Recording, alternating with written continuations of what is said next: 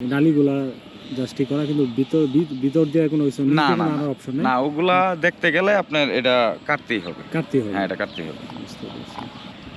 খাবার কতদিনে হজম হয় এটা মানে খাবার কি আপনারা কাটার পরে কি পান কিনা? না, কাটার পরে বিষয়টা হচ্ছে গিয়া যখন সে নগদ নগদ খায় তখন মারা গেলে ওইটা পাওয়া যায়, ওইটা পাওয়া যায়। আর যখন দেখেছি একটু সময় হয়ে যায় গা, কারণ ওই স্টেমাকে খাবার যাওয়ার সাথে সাথেই আপনার এটা এই অ্যাসিডে রূপান্তরিত হয়ে এরা হজম শক্তির বৃদ্ধি করে এটা দ্রুত হজম করতে চেষ্টা করে। এরকম একটা আছে। 4-5 দিনের যে লাশগুলা এগুলা থেকে পাওয়া যায় না? না, ওগুলাতে তো পাওয়া যায় না। ওগুলো 4-5 দিনকে আপনার গিয়া দেখা গেছে যে এখন খাবার খেলাম এই 7-8 ঘন্টা পরে। হ্যাঁ, 7-8 ঘন্টা পরে এটা এমনিতেই ধূলিসাৎ হয়ে যায়। আচ্ছা, ওই যে কি জানি একটু বলতেছিলেন আলামিন? না, ওই যে আপনি বললেন যে যে পেটের এই যেটাকে বাংলা ভাষায় ছাটনি বলে আর কি। তো এটার কাটার উদ্দেশ্য হচ্ছে গিয়া যে এটা একটা খাঁচার মতো আমাদের হার্ট, লিভার, ফুসফুস এগুলারে ওই সেফটি দিয়ে রাখছে।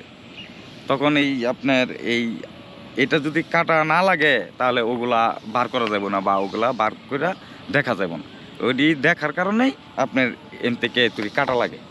তার মানে এটা নিচ দিয়ে কোনো বের করার অপশন না না, নিজ দিয়ে এটা বের করার কোনো অপশন বিভিন্ন যে নালীগুলা আছে, নালীগুলা জাস্ট ঠিক করা, কিন্তু ভিতর দিয়ে কোনো না না আনার অপশন নেই। না, ওগুলা দেখতে গেলে আপনার এটা কাটতেই হবে। কাটতেই হবে। হ্যাঁ, এটা কাটতেই হবে। বুঝতে পেরেছি।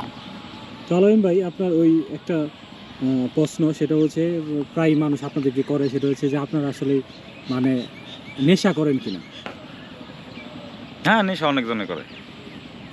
অনেকেই করে, সবাই তো আর ফেরেশতা না। না, সবাই তো আর ফেরেশতা না। বিষয়টা নেশার বিষয়টা হচ্ছে এটা একটা ব্যক্তিগত বিষয়। মনে করেন যে আমি আমার জীবনটারে অনেক পছন্দ করি বা অনেক ভালোবাসি, আমি এই আল্লাহ খুদারে মানি, বা আল্লাহ এত সুন্দর একটা জীবন দিছে, আমি কি কারণে এই ছাই পাশ খায় নষ্ট করাম? এত দামি দামি হ্যাঁ, এত দামি দামি পাস, কারণ দেখতেছি তো এই কাটতেছি, লাশ আনা নেওয়া করতেছি, জীবনে তো আর মানুষ মরার কম দেখলাম না। তো ওই থেকেও একটা অনুভূতি সৃষ্টি হয়েছে যে আসলে মানুষ মারা গেলে যে মানুষের ভিতরে আল্লাহ কি জিনিস দেহের একটা মানুষ সৃষ্টি করে, আর আমরা কত সহজেই এই এত সুন্দর একটা জীবন ধ্বংস করে দিই। আচ্ছা আলামিন ভাই, আমি একটা জিনিস জানি, সেটা হচ্ছে আপনার ওই আমরা শুনছি যে মানে মর্গে আপনার লাশকে মানে ওজনও করা হয়, এটা কি মানে করা যায় কিনা? না না, এটা সম্ভব না। ওজন করা লাগে না? না, মানে জাস্ট হচ্ছে ওই যে লিভার, কিডনি এগুলো ওজন করা হয় না? এগুলো ওজন করা হয় না। এটা যতটুকু পরীক্ষা নিরীক্ষার কাজে ব্যবহৃত হয় ওই পরিমাণে রাখা হয় আর কি, কারণ এটা ওজনের কোনো সাবজেক্ট না। আর এই যে আপনার যে অঙ্গ প্রত্যঙ্গগুলো, এগুলো তো ফরমালিনে রাখেন আপনারা?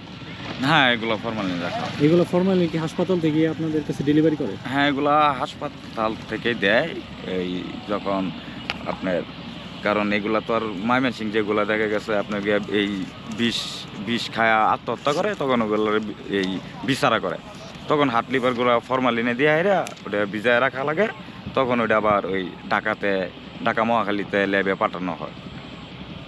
মানে পচা দুর্গন্ধ দূর করার জন্য ফিনাইল, ব্লিচিং পাউডারই তো দেন? হ্যাঁ। পুলিশ ফর্ম 54 এটা কি পূরণ করতে হয় কিনা ময়নাতদন্তের জন্য? হ্যাঁ, ময়নাতদন্তের জন্য কাগজ আছে অনেকগুলা, প্রায় 30-32টা কাগজ। এটা সম্পূর্ণ সুরতল প্রতিবেদন এই ফিল আপ করে তখন ডাক্তার সাহেবের কাছে দিতে হয়। মানে আপনার ওই ম্যাজিস্ট্রেট বা হাসপাতাল পারমিশন ছাড়া তো কোনো লাশ কাটা হয় না, এটার ওই আপনার যখন ময়নাতদন্ত হয় এটার ম্যাজিস্ট্রেট লাগে না। ম্যাজিস্ট্রেট এক ক্ষেত্রে লাগে যখন ওই কবর থেকে একটা লাশ ওই পুনরায় ময়নাতদন্ত করার জন্য এই করা লাগে, তখনই একমাত্র ম্যাজিস্ট্রেটের দরকার পড়ে। আচ্ছা আলামিন ভাই, ওই যে আপনার মামলা ছাড়াও কি লাশ কাটা হয় নাকি মামলা আগে একটা অপমৃত্যু একটা? হ্যাঁ, মামলা তো হইব। এলা এই বাদী পক্ষের লোকজন যদি না করে, এটা একটা সরকারবাদী সরকারবাদী মামলা হইলেও এটা আপনার জিডি মূল্যেও ময়নাতদন্ত হইতে পারে, বা আপনার সাধারণ ডায়েরি হইলেও একটা সরকারবাদী মামলা হইতে হইবে।